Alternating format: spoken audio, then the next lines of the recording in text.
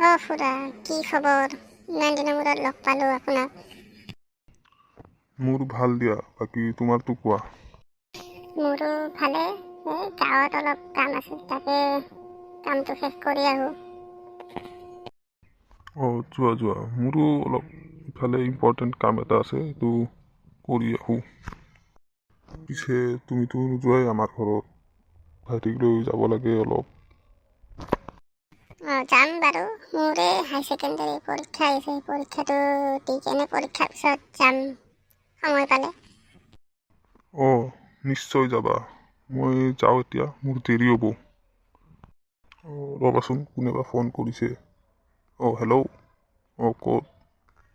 ৰ'ব গৈ আছোঁ। গৈ আছোঁ, 1 মিনিট। পাম আৰু।